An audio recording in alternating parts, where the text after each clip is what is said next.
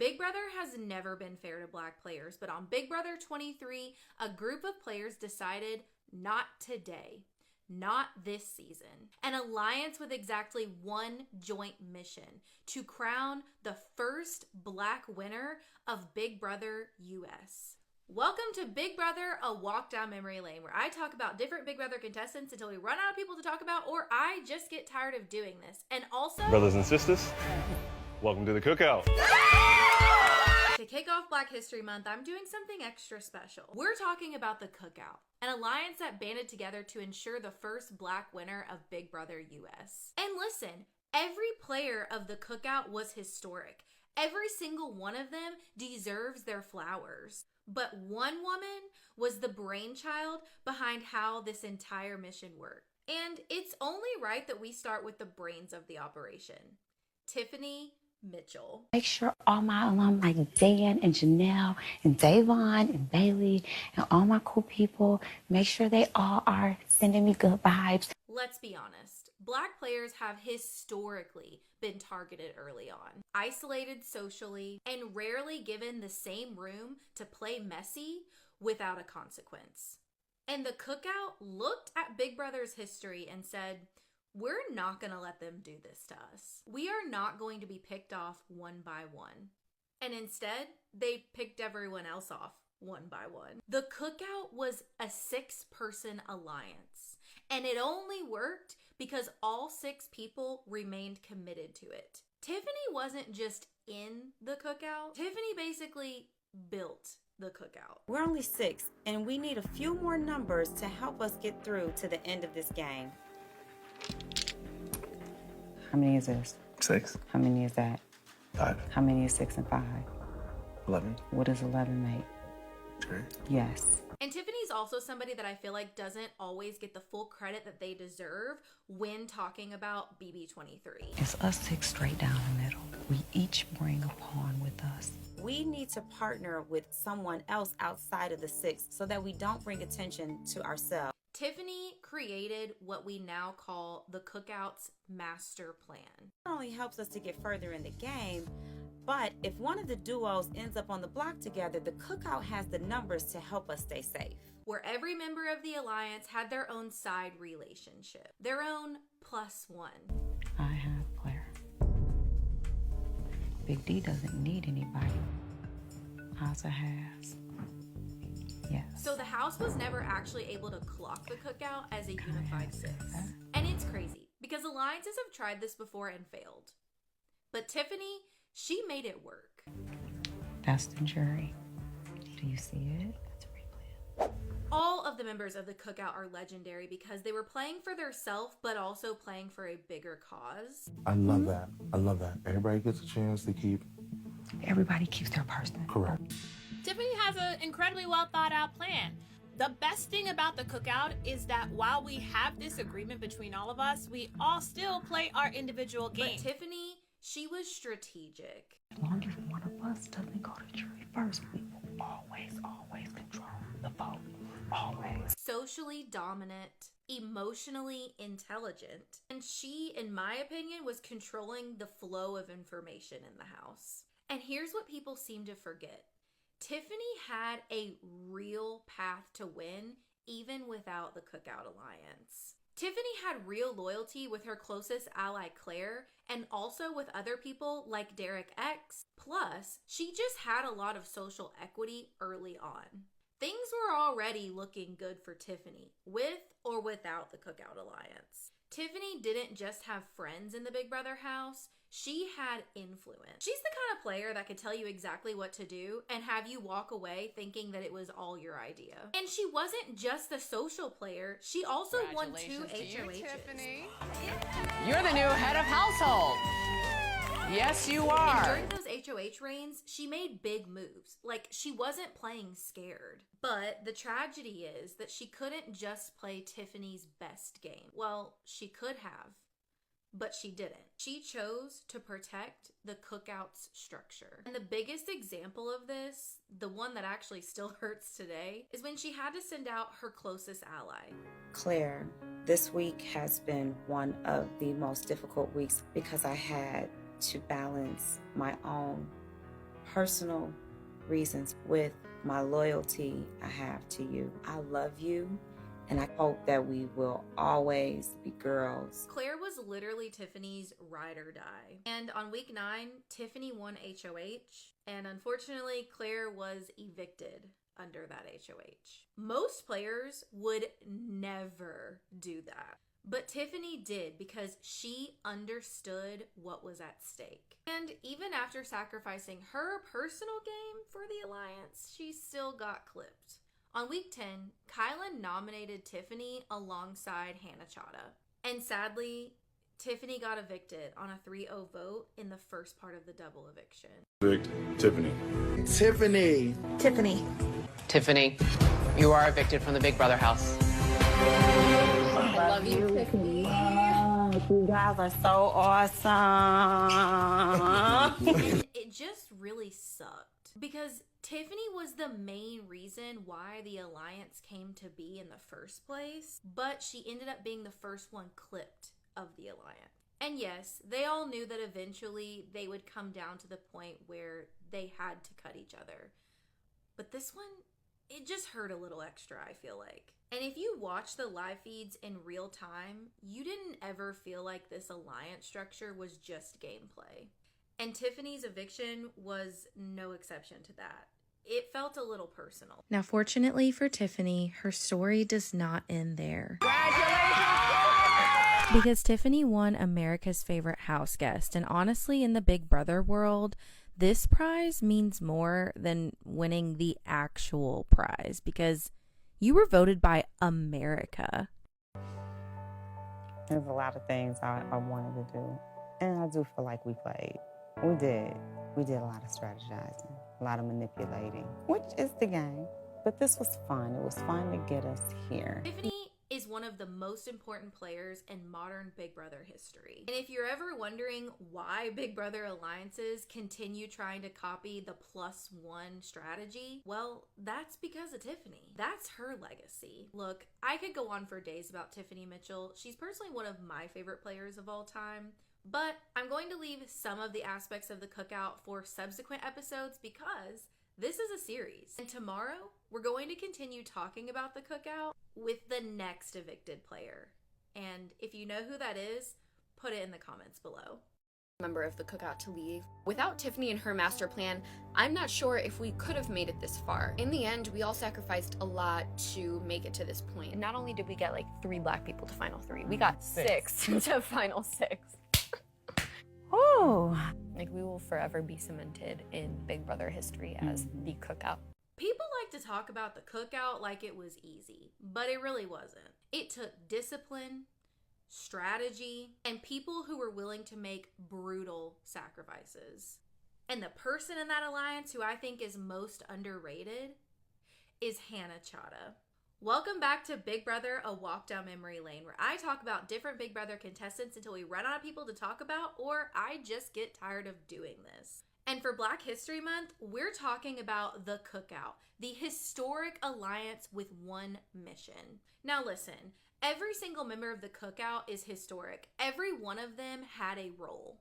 But Hannah specifically, Part of why the cookout is successfully hidden is because the 6 of us have never been alone in a Hannah room was together. like the alliance's secret weapon. She was younger, she looked non-threatening, and people underestimated her constantly. We can ride the royal flush.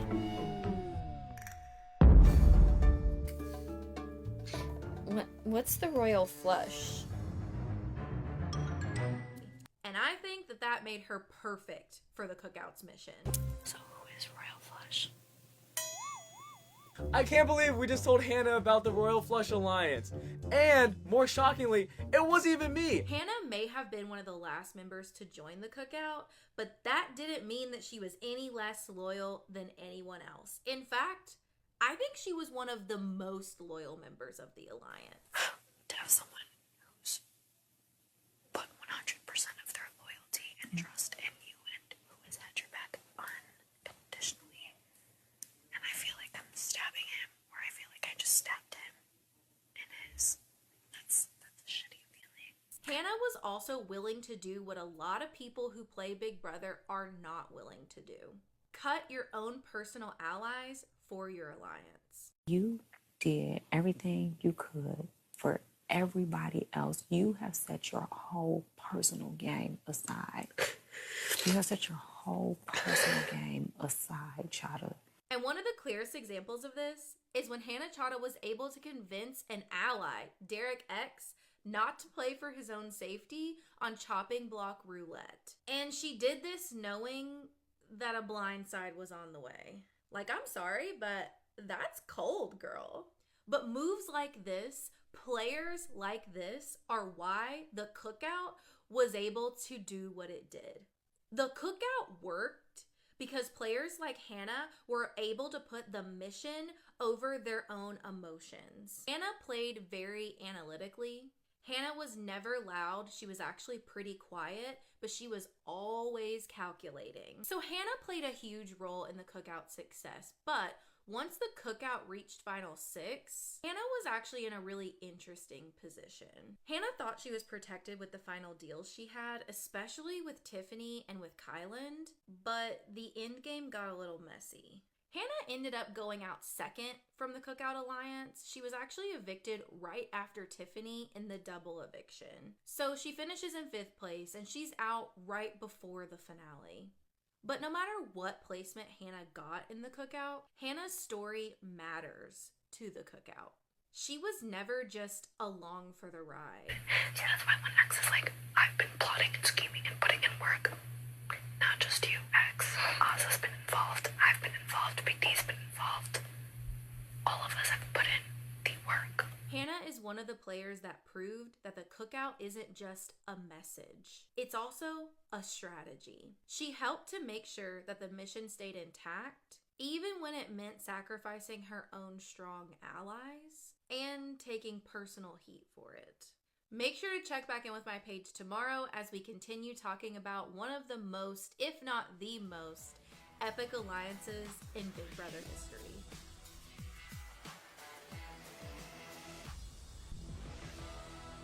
Everybody remembers Kyland for his exit. Any reason? Anything? The game.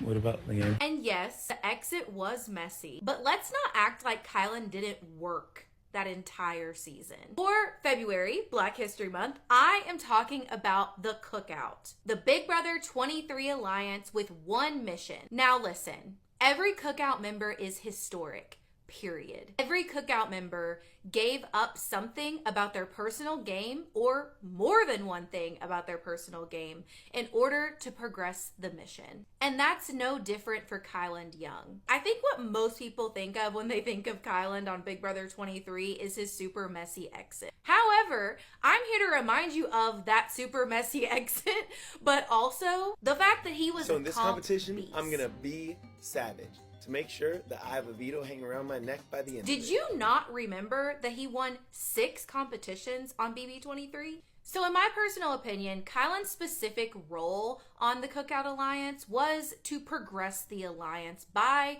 being the competition engine. And also one of the alliance's biggest shields. And I think that's really important because for a secret alliance to thrive, you need someone who can win those competitions so that the alliance stays in power. And like it or hate it, you also need somebody who's willing to be the shield. So Kyland may have won 3 HOHs and 3 POVs, but he was also on the block 5 times because that's what shields do. Now, as you know, the Cookout Alliance was successful in completing its mission. However, once that mission was complete, it was every man for themselves.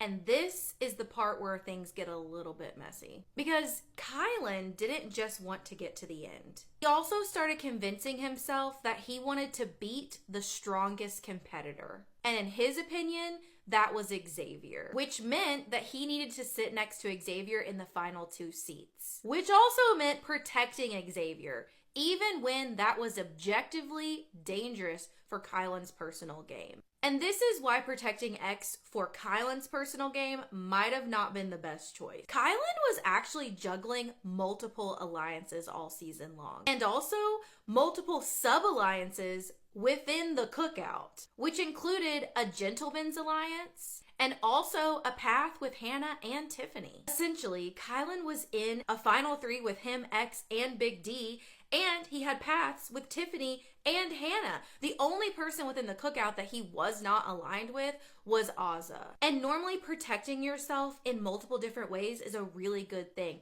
However, Kylan continued to win competitions, which put him in a really difficult situation where he was having to choose between who out of his many sub-alliances he was going to snip next. Week 10 was a double eviction, but Kylan, who had created sub-alliances with almost everyone but Azza, was actually the player that won power of veto on round 2 of the double eviction and removed Xavier from the block, which meant that now Big D and Hannah Chada are on the block together. This move left Derek F feeling a little uneasy about Kylan. It's okay. This move also left Azza feeling a little uneasy because unfortunately, now she's the last woman standing. This kind of made her feel like she would absolutely be the next one out the door. Now I know what you're thinking. Azza was targeting Hannah either way. Yes, she was, but that's the point. Hannah was going home either way. So from Azza and Big D's perspective, why did Kylan use the power of veto? And that move, along with the fact that he's such a big comp beast, might actually be why Kylan wasn't able to go to the final 2 or final 3. It's also important to note that Kylan didn't give Big D or Azza any warning at all. Arguably, Tiffany was also the strategic genius of the season, and with her now gone, X is looking at who his next competition would be, and for him, that was Kylan. So Xavier wins the following HOH competition and decides it was time to pull the trigger. Now again, I want to just take a beat to remind you that Kylan was a dominant force in the Big Brother 23 house. Kylan had his +1 that he had to ultimately cut at some point, just like everyone else. However, Kylan's biggest blind spot was Xavier. Kylan also didn't have the same goals as everyone else in the alliance. His personal goals were not only to ensure the first Black winner of Big Brother US history, but also to sit next to who he considered to be the highest level player of those 6 people. And for him, that was Xavier. Meanwhile, Xavier is sitting over there like, we're not gonna do that.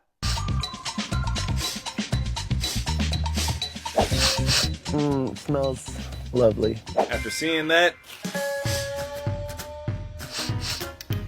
and after thinking about all the meals that he's cooked me, I have to win this veto so that way we can get this sniffing bandit out of this damn house. And in my personal opinion, Xavier did make the best move for his personal game. So Kylan makes it to 4th place and gets evicted. And this is where it gets real messy. It's official, Kylan. Kylan, after feeling blindsided by the vote, confronts Big D and Xavier. Anything? Any reason? Anything? The game. What about the game? What about the game? You'll find out. Live. Notice. Kylan, you know, as a game point of view, I can't beat you, so I'd rather go against Azza than you. No, I understand. Yes, from my point of view. I'm wondering, no heads up or anything. From this guy, I kept you in the last week. And is it just a... And then he brings up Xavier's nephew, which turns into a really tense moment that definitely had Julie Chen nervous. He was a sole vote to evict. I knew if you had time, you probably could have made things go another way. Yeah, I mean, I thought the whole, Kobe thing, raising him to be a man and face challengers and stuff. Are you talking about my nephew right now? I'm asking about if, named after Kobe doesn't step down from a challenge. He accepts it. I highly suggest you stop talking about my nephew. But that moment is also one of the most iconic exits in Big Brother history. Up to that. Keep talking about my nephew, guys. If your nephew has nobody to look up to, that is going to figure out how to raise him. Kylan. Julie's waiting on you. Julie's waiting on you. I need you to leave right now, Kylan. No, I just think that's unfortunate. He doesn't have a man. Kylan. Yes, Kylan, I need you to leave right now. So Thank you. Here's the truth about Kylan's legacy. Kylan helped the cookout get there. He won power. He protected the mission. And he was a major reason why they were able to make it to the final 6. But he also helped make the end game messy. So to wrap this up, but also to give Kyland his flowers, you can critique his end game all you want, but you cannot erase the fact that he is a major reason that the Cookout was able to make it to final 6. The history and the legacy does not happen without Kyland. And that alone is historic. People act like Ozza didn't do anything on BB23. Meanwhile, Ozza is one of the main reasons that the Cookout was able to remain intact and emotionally stable. Welcome to Big Brother, a walk down memory lane, where I talk about different Big Brother contestants until we run out of people to talk about, or I just get tired of doing this. And for Black History Month, I've been talking about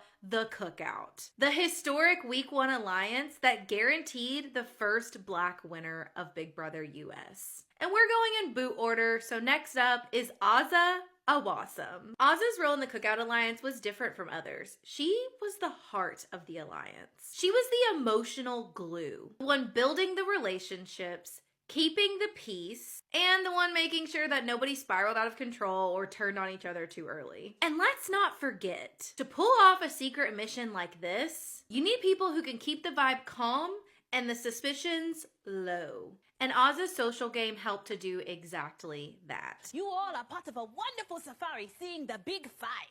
You might see some pussy.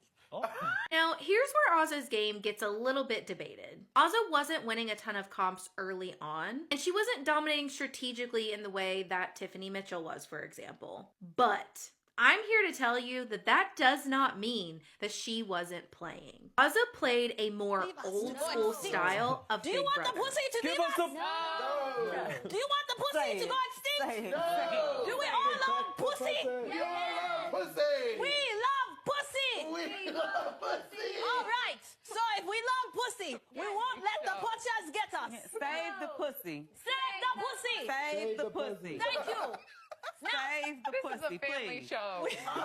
I love it. Ozza used relationships, loyalty, social bonds, but she used them quietly. And this is exactly why Ozza was able to make it to the end game. One of Ozza's biggest moments of the season is when the Cookout completes their final mission. They make it to the final 6, which had literally never happened before. But when that happens, they roll into a double eviction night, which made all chaos break loose. And when that happens, Ozza wins her only major power of the season. She becomes the head of household. What better timing? But if you've watched the other parts of this series, you know here's where things got a little bit messy. Because at this point, it's every Cookout member for themselves. And this is where I think it's really important for everyone to understand what Ozza was dealing with. Because of this double eviction, the Cookout's end game came really quickly. So Ozza's in this awkward position of having to decide between her loyalty to certain people, her personal relationships with certain people, and which move actually is going to make the best sense for her and is going to potentially give her a shot at winning $750,000. Despite a number of pitches from Hannah Chadha, Ozza ultimately decided to target Hannah and put her on the block. And this is where I say, take a step back and put yourself in Ozza's shoes. We're at the round 2 of a double eviction, right after her major alliance has completed a goal. Emotions are high, stakes are even higher. Ozza only knew what she knew from being in the house, not everything that we knew from the outside. There are a lot of people that judge Ozza's decision to take out Hannah Chadha because that would mean that she was the last woman standing. But you have to look at the big picture and you have to respect Ozza's decision because ultimately, she got herself to final 3 because of this. I don't know what Tiffany or Hannah would have done had they stayed. But what I do know is, judging by watching the show and watching the live feeds, they were not as close to Ozza as they were to each other. And this is something that Ozza could have seen as a threat. Yes, the 3 remaining guys did have their gentleman's alliance, and that seemed like it was going to pan out really badly for Ozza, but actually it didn't. Why? Because X decided that he needed to cut Kyland at the final hour. And here's the part that people do not talk about enough, in my opinion. Ozza was literally one question away from winning the final HOH and making it to Final 2.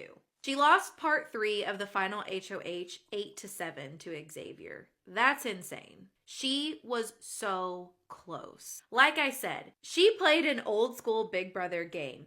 Don't win competitions early on, win them when you need to, and remain socially connected to everyone. This strategy helped her to stay off of the block almost all season long. So, Azah deserves her flowers, and not just because she was a major player in one of the best alliances in Big Brother history, but because she made it to Final 3, using her trust, her loyalty, and relationships that she had built.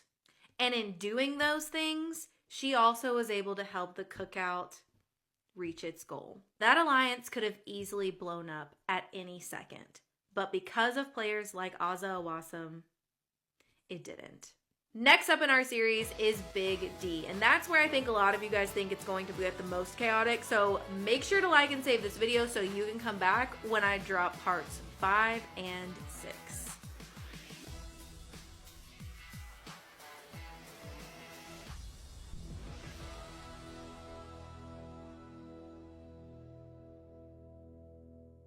Let's talk about one of the most debated players from Big Brother 23. Now, love him or critique him, this man did make the final 2. And he did it all while being the most chaotic complainer in the Big Brother 23 house. Not be that. Why would you not take me to Vegas? I'm the best time you can ever have. Yes, he would be a great time, and he would be the best wingman. And Brent said he doesn't go out a lot. Welcome back to Big Brother, a walk down memory lane, where I talk about different Big Brother contestants until we run out of people to talk about, or I just get tired of doing this. And today, we're talking about the historic Week 1 alliance with exactly one mission: to crown the first Black winner of Big Brother US. Now, first things first, Big D deserves his flowers. Seriously. The Cookout's alliance and mission doesn't work without all 6 people locked in. And Big D was loyal to the mission. He protected it, he kept it tight, and he played a very specific style of game. Big D wasn't a comp beast. When I go into these comps, I can try my hardest, and I feel literally hopeless. Right now, me being a big guy, these physical comps are not for me. It just feels like I'm like the fat kid in gym class and everyone else is running laps around me. I know my dad has had plenty of boxing matches that, you know, he got knocked down constantly, but still got up and kept on swinging. And I am trying my best to be that Frazier and keep on swinging. But it's just hard. Big D was a relationship and positional player. And comically, he was the house's chaotic narrator of the season as well. I have a question for you. I don't want people to feel uncomfortable around me. I don't think people feel uncomfortable around you, but they can definitely tell when you're upset. It's when you decide to go from to, and you hold it for a while. Crack a joke. People think you're funny. People like you. Me personally, I loved it. And the truth is, that type of chaos actually helped him. Because people didn't see him as a mastermind. They didn't see him as a threat, just saw him as Big D. He made it to Final 2. And no, he didn't win any HOHs, and he didn't win any power of vetoes. But making it to the Final 2 in modern day Big Brother without winning a single competition means that you were socially positioned well, and people trusted you enough to keep you. Now, the reason Big D is so heavily debated is because he had a very confident view of his game. But you know what? I'm not mad at it. Because if I made it to Final 2, trust and believe I would be acting like I invented the entire game of Big Brother from scratch. But I would be remiss not to mention that some fans were turned off by his sentiments. Sadly to evict Brittany. I sadly to evoke Brent. I sadly to evoke Christian. I sadly to evoke Derek X. I sadly to evoke the beautiful Whitney. You vote to evict Whitney. Got it. And in my opinion, that's just because some fans feel like some of the more heavy strategic lifting of the season, like Tiffany's master plan, deserved more credit. And don't get me wrong, Tiffany does deserve her flowers. I've already done a video on her. But Big D deserves his too. Because Big D and Tiffany were both people who were going around in those very early days of Big Brother 23 and making sure that all of the other members of the alliance were on board with it. I know what we're here to do, and everything is not about the game. We're It's here. not. The game brought us here. Absolutely. The game brought us We're here together. to also change the culture. Think about the year we just had. Man. The whole Black Lives Matter movement, like, it's important for us to be here. And stick together. Correct. The alliance didn't start out as an alliance. It started out as an understanding that these 6 people were never going to vote each other out until a certain point in the game. It is so beautiful, amazing, and historical to come into this house and see people who share my culture, who share my upbringing, who I can bond with. And the connections that I've been able to make with each and every one of them is something that I'm going to be able to take with me for the rest of my life. Big D went around to each and every person, ensuring that they were on board with this understanding. Big D was a major contributor to the namesake of the alliance. And yes, Tiffany was the brains of the operation, but that does not mean that Big D is delusional for thinking that he contributed just as much as all of the other people in his alliance. Alliances are a mutual effort. Every single person has their own role within it. I love it though. Me too. With the cookout, we're going to have our hand in different pots, making sure everyone's doing what they need to be doing while we come back together and use that information to help us to advance. I'm still going to keep my final 2 with Frenchie. That helps my game. So wait, do we agree that this is gonna be called the cookout? Is that what we doing? Uh-huh. All right, the cookout. I like that. I like that. That's not what we say. That's for the culture. And yes, a lot of Big D's role was in those early days establishing the alliance. But it doesn't mean he didn't do anything all season long. At the end of the day, Big D is a historic finalist in the Big Brother lore of it all. He was a key piece to one of the most, if not the most, historic alliances in BB history. And without each and every member of the Cookout Alliance committing, including Big D, the mission doesn't work. Next, we're wrapping up the Cookout Alliance series with its winner, Xavier Fraser.